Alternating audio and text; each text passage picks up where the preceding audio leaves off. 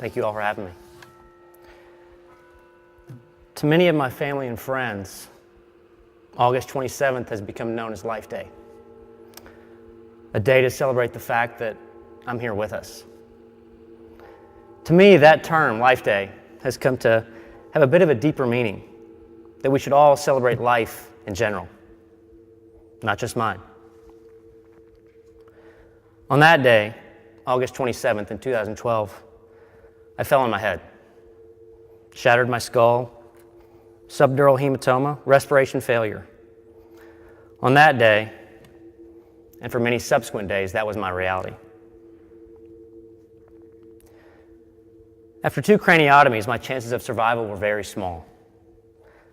I lost the ability to speak, swallow, walk, see, smell, taste, remember, balance, even use the bathroom. My motor skills became non-existent, and my cognition was significantly diminished. Now imagine this. You see 2 of me. Your eyes aren't working like they should. Now, look down at your chest. It rises and it falls. That's because you're breathing normally. I wasn't. I was intubated, but eventually my lungs came back to life. Now imagine a tube hanging from your abdomen connected internally to your stomach, and that is the only way that you receive nutrition. Imagine that you were once strong, self-sufficient, and powerful, and now someone else has to bathe you, feed you through the tube, lift you from a nearly permanent horizontal position. I tell you all this to convey my state of being, but more importantly, I want you to know that for about 3 weeks, it wasn't my call if I got better. I could do therapy 24 hours a day. It wasn't going to make my epiglottis work again. It wasn't going to make me see or taste again. It wasn't going to re-engage my digestive system. I spent 3 weeks in intensive care at Trinity Hospital, ironically right across the street. 1 week in a regular hospital room, and then I was transferred to Lakeshore Rehabilitation Hospital. My time spent at Lakeshore was the most humbling and darkest of my life. I was often lonely, laying in a quiet room by myself, realizing that life was moving forward without me. Around the time of my arrival at Lakeshore, I realized that I could get better. I began to feel a motivation to recover.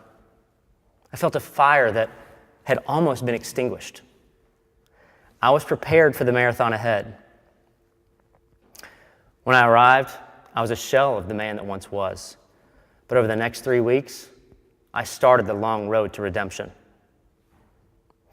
There's a picture of me being wheeled out of Lakeshore. I had lost 35 pounds. I was unshaven. I had a patch over one of my eyes because I had double vision. But I was beaming. I was finally going home to rejoin my family. At that point, I was the happiest I had been in months. Reflectively, I was probably the happiest I had been in years. During the second week of October, I came home to a different world. Even though my body was home, I'm not sure I really was. Where was my heart? Was it still in the hospital bed? Was it still with that man from 2 months prior?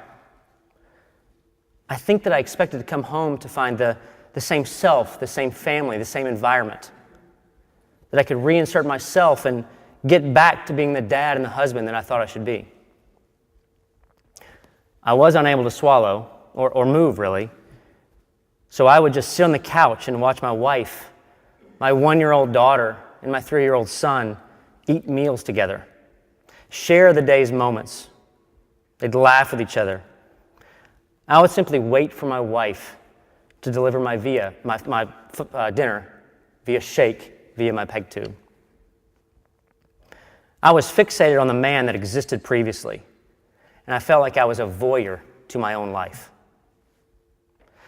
Have any of you ever wondered what your life, what it would be like if you ceased to exist? Who would come to your funeral? How would your home or work continue without you? During that time in my life, the dining table became the setting for an unsettling metaphor. I didn't know my place at the table anymore. Things had changed. I would have to find the man that would be reinvited to join the party. And my story depicts my journey back to the table. Previously, what I had built, or at least I thought I had built, was a strong man that could serve as the workhorse, the protector of the family. But in those moments when I would idly sit and watch life move forward without me, I realized how little I was really needed. The humility that followed tested my sense of manhood. My wife, Ellen Hawley, is the heroine of my story. And I gained a level of respect and love for her beyond what I could have ever imagined. She became the glue that kept it all together. And without her unconditional devotion to me and to my children, this would never have happened. For 1.5 years, I was consumed with getting my body and mind back to where it once was.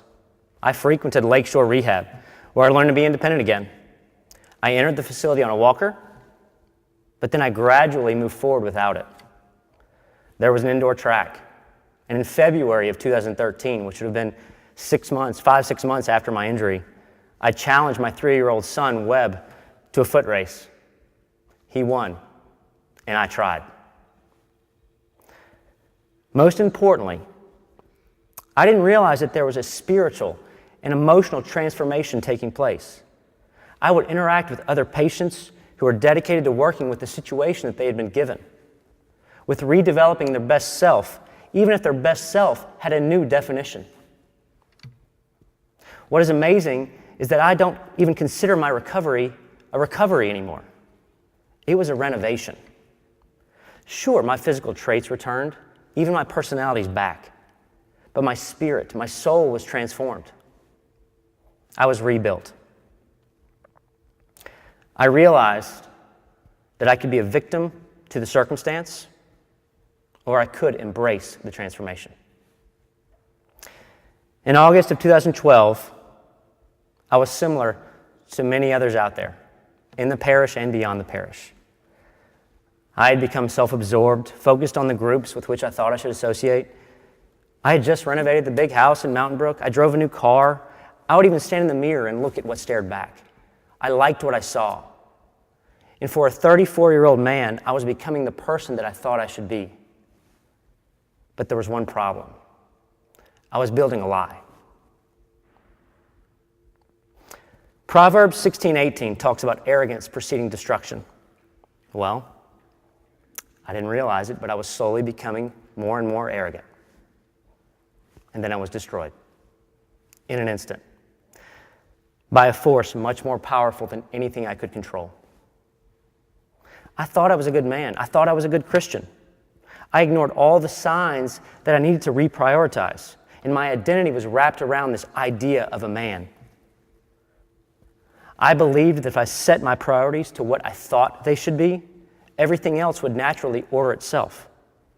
Back then, I incorrectly considered that if I focused on the 3 M's, money, material, and me, the 3 F's, faith, family, friends, would follow.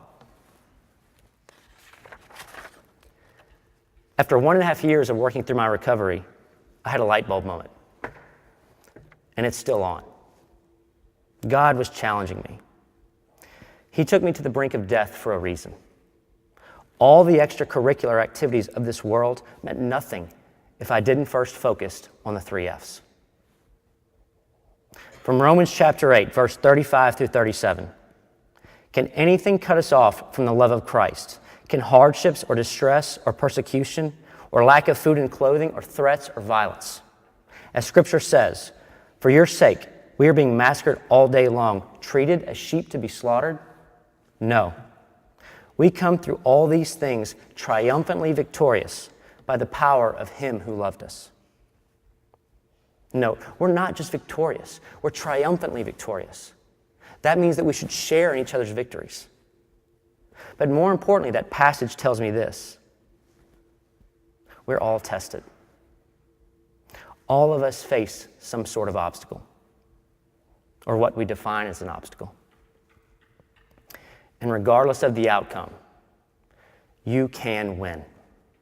Because winning is not just overcoming the challenge.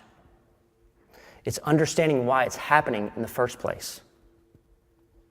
The New International Version of Romans 8:37 reads this way: "No, in all these things we are more than conquerors through him who loved us." Now think about that statement, more than conquerors.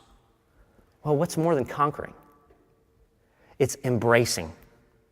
As hard as I fought to conquer the injury, I never truly conquered it until I surrendered to the challenge, until I embraced the transformation and tried to understand what Christ was trying to do with me. Now, I think he'll always be molding me and remolding me, but now I recognize it, I feel it, I respect it, and I do not ignore it.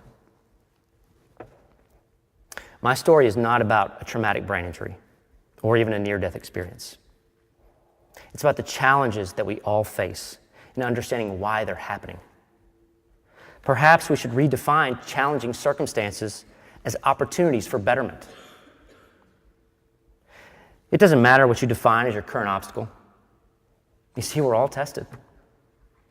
It could be as simple as stress over an exam, a big presentation at work, or it could be as significant as cancer or the death of a loved one.